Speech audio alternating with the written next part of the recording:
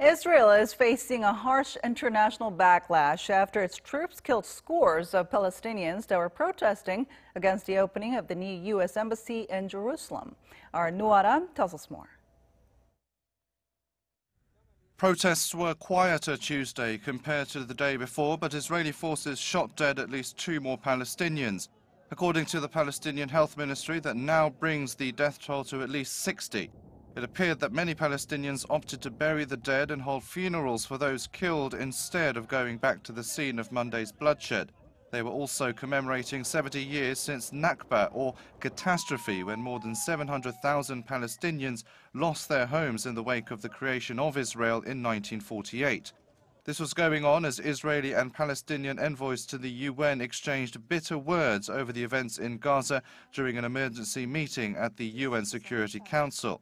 The Palestinian envoy Riyad Mansour called Monday's incident a massacre by Israeli forces and a crime against humanity. Other nations expressed concern over the violence, urging Israel to act with restraint. Some of them, including Britain, have called for an independent inquiry into the matter. The UN Human Rights Council also condemned the violence along the Gaza border. Lethal force may only be used as a measure of last, not first, resort, and only when there is an immediate threat to life or serious injury. An attempt to approach or crossing or damaging the Green Line fence do not amount to a threat of to life or serious injury and are not sufficient grounds for the use of live ammunition.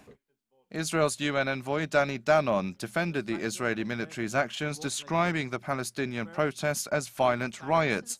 Israel has said it was acting in self-defense of its borders, blaming Gaza's Islamist rulers Hamas.